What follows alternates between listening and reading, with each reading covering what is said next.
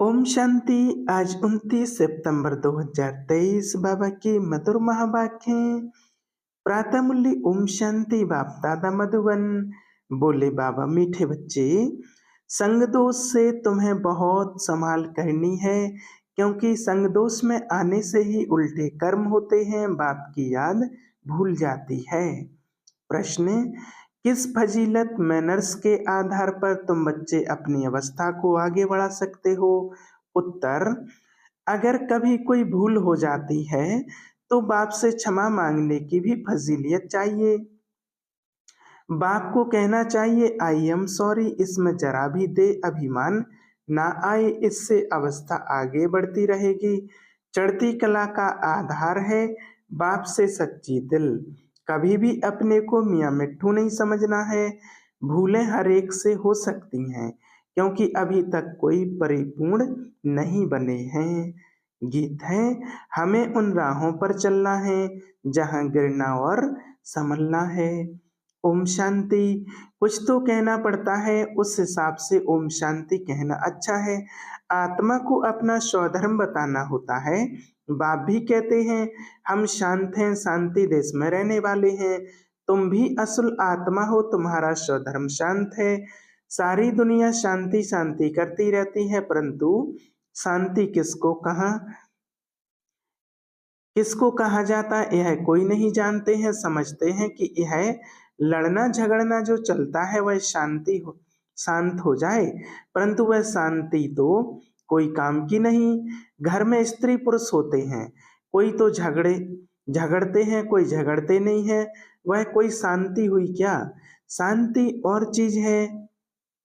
शांति तो आत्मा का स्वधर्म है, वैसे ही बाप का भी स्वधर्म है शांत। आत्माओं का बाप कौन है? परमपिता परमात्मा। उनका धर्म क्या है? उनका भी धर्म है शांत। परमपिता परमात्मा शांत देश में रहने वाले हैं, हम भी शांत देश में रहने वाले हैं। कोई भी आए तो बोलो तुम्हारा स्वधर्म तो शांत है ना, तुम असल वहां के रहने वाले हो, यहाँ आए हो पार्ट बजाने। शरीर द्वारा पार्ट तो बजाना ही है, शांति के लिए वास्तव में जंगल आदि में जाने की भी दरकार नहीं है। आत्मा को अपने स्वधर्म का पता है। आत्मा थक जाती है तो रात को अशरीरी हो शांत हो जाती है। रात को कितना सन्नाटा रहता है, सुबह होने से आवाज शुरू हो जाता है। वह हुई हद की रात और दिन। अभी तो है बेहद का दिन और रात। आत्मा 84 जन्मों का पार्ट बजाकर थक जाती है, इसलिए कहते हैं अब वापस शांति धाम जाना है। बाप भी कहते हैं शांति धाम और सुख धाम को याद करो। सुख धाम में बैठ थोड़ी ही याद किया जाता है दुख धाम में, अशांति धाम में। तो अब बाप कहते हैं बच्चे, अब नाटक पूरा हुआ, अब तुमको घर चलना है, फिर तुम्हारे लिए शांति भी है तो सुख भी है। बाप कहते हैं मैं पंडा हूँ, तुमको वापस सच्ची यात्रा पर ले जाने आया हूँ। शांति धाम का पंडा एक बनता है, उनके बच्चे बनते हैं। एक से तो काम नहीं होगा, कितनी बड़ी सेना है, सभी का मुख है शांति धाम तरफ गए हैं पूरे।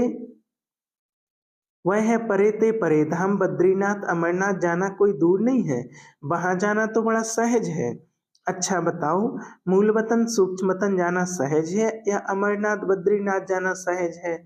सूक्ष्म वतन मूल वतन नजदीक है या अमरनाथ बद्रीनाथ नजदीक है? देखने में तो मूल वतन सूक्ष्म वतन परे ते परे है, परंतु वहां जाने में देरी नहीं लगती है, सेकंड की बात है। तुम सिर्फ बुद्धि से याद करो।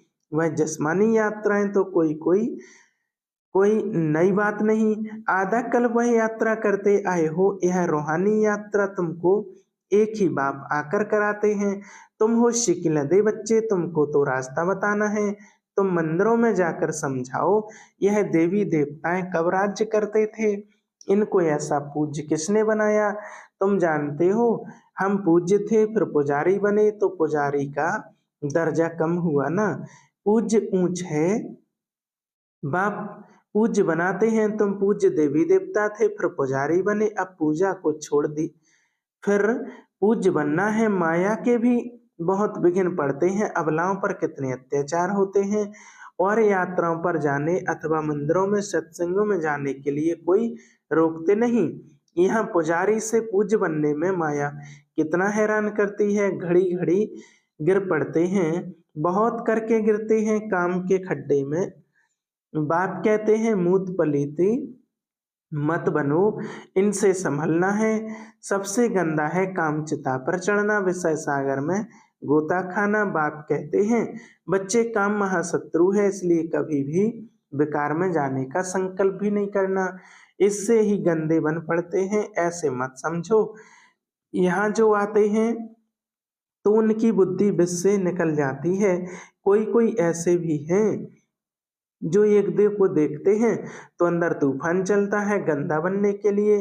बाप कहते हैं कभी गंदा नहीं बनना, कोई का पीछा नहीं करना, कभी बेकार में गिरने का पुरुषार्थ करने नहीं करो।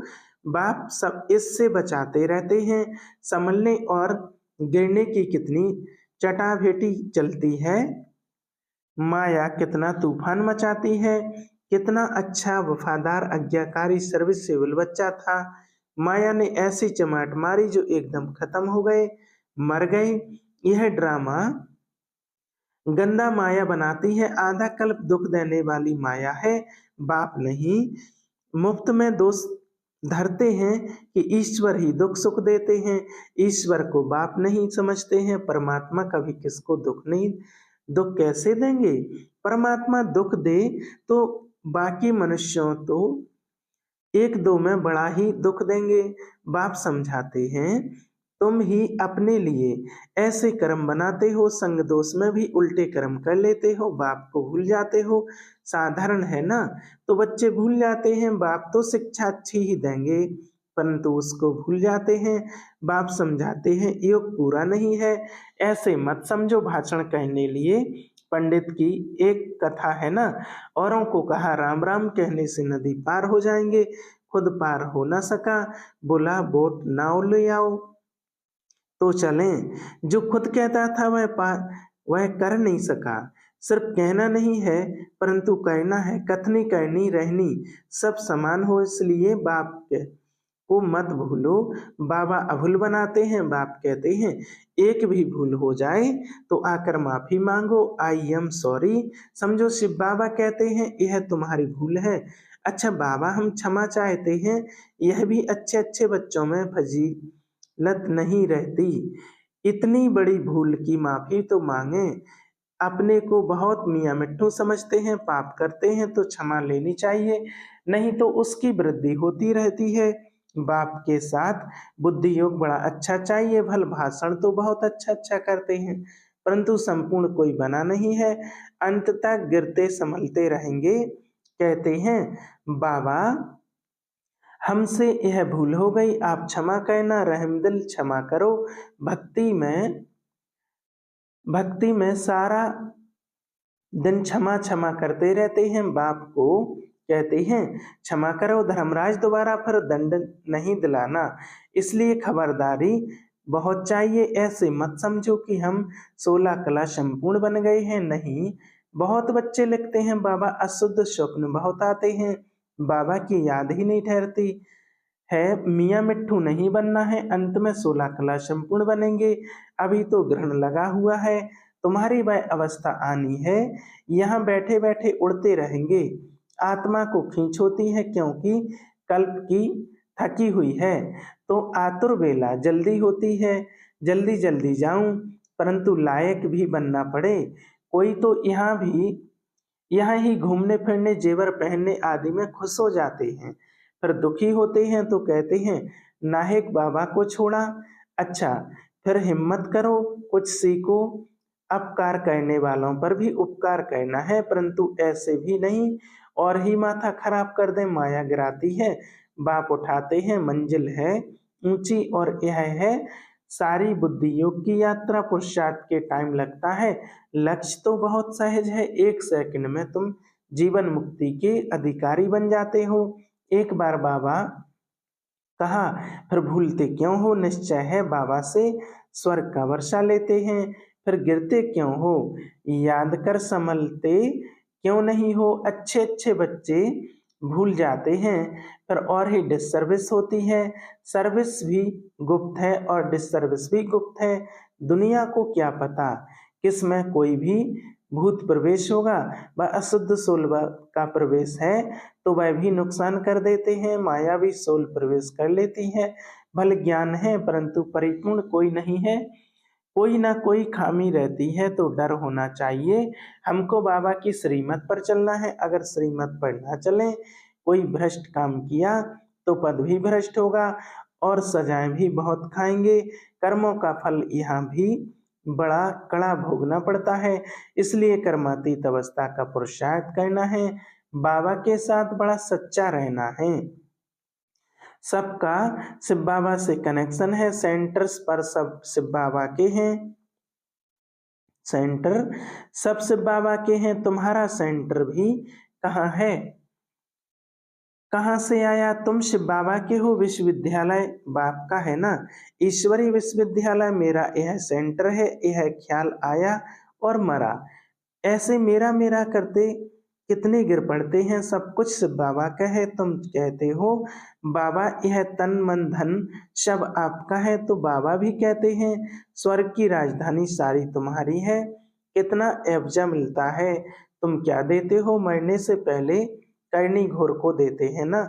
जीते जी दान करते हैं, देखते हैं बस हॉपलेस केस है तो दान पुण्य कराते हैं। बाप भी कहते हैं बच्चे जीते जी कर लो, यह तो पुराना तन है, तुम आत्मा मेरी हो। यह शरीर पाठ बजाते बजाते जब पुराना हो गया है, अब तुम मेरे बने हो तो तुम्हारी आत्मा और शरीर दोनों अशुद्ध बनेंगे, दोनों शुद्ध बनेंगे। अभी तो अशुद्ध है बाबा कहते, फिर आत्मा और शरीर दोनों शुद्ध बनेंगे। दोनों इकट्ठे साफ होते जाते हैं। आत्मा जो पवित्र बनी है उनको शुद्ध बनाना है। मेरे साथ योग लगाने से ही शुद्ध बनेंगे। योग रखेंगे तो चढ़ती कला होगी, योग नहीं रखेंगे तो गिरती कला हो जाएगी। सर्विस का शौक चाहिए, पूछना नहीं है। सर्विस पर जाएं, बाबा समझाते हैं शौक नहीं। मनसा वाचा कर्मणा सर्विस का शौक चाहिए। मनसा नहीं तो वाचा व कर्मणा कोई ना कोई सर्विस में लग जाना चाहिए तो उजूरा मिलेगा। आपे ही जो करे सो देवता, कहने से करे सो मनुष्य, कहने से भी ना करे तो कोई काम का नहीं। जितना सर्विस करेंगे उतना फल मिलना है। शिव बाबा पूछते हैं बच्चे मेरे को हाथ हैं, इस तन में शिव बाबा बैठे हैं ना, चिट्ठी लिखते हैं ना, बैल पर सारा दिन थोड़ी ही सवारी करेंगे। बैल पर थक जाते हैं तो उनकी आंखों में पानी आ जाता है। यहाँ तो आंसू आने की बात नहीं, इनको तो सर्विस करनी ही है। बच्चों को समझाते हैं मामेकम याद करो। यह शिव बाबा कहते इनकी आत्मा भी सुनती है। यह तो बिल्कुल सहज है। बेहद का बाप है ही स्वर्ग का रचयिता। बाबा आते हैं स्वर्ग की स्थापना, नरक का विनाश कराने। महाभारत लड़ाई भी सामने खड़ी है। यादव कौरव पांडव भी हैं। तुम जानते हो यह खेल पूरा होता है। बाबा लेने आया है, सिर पर विक्रमों का बोझा बहुत है। याद नहीं करेंगे तो महारानी महाराजा नहीं बन सकेंगे।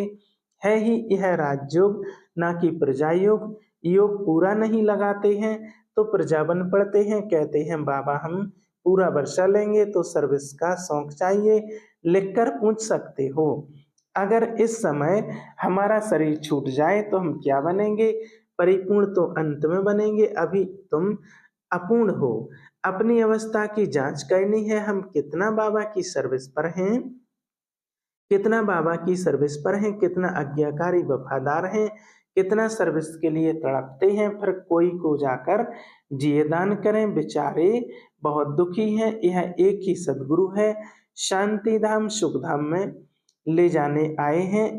वह गुरु लोग अपने को जगत पिता जगत शिक्षक कह ना सकें, सिर्फ जगत गुरु कहलाते हैं। यह तो जगत का बाप टीचर गुरु एक ही है। तुम जानते हो बाप आया है तो बाप से पूरा वर्षा लो। देह अभिमान अच्छा नहीं है। देही अभिमानी बन बाप को याद करो, फिर तुम्हारी निरोगी काया बन जाएगी।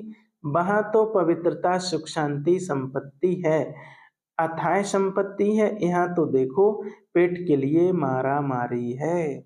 अच्छा, मीठे मीठे शिकलदे बच्चों प्रति माता पिता बाप दादा का याद प्यार और गुड मॉर्निंग। रूहानी बाप की रूहानी बच्चों को नमस्ते।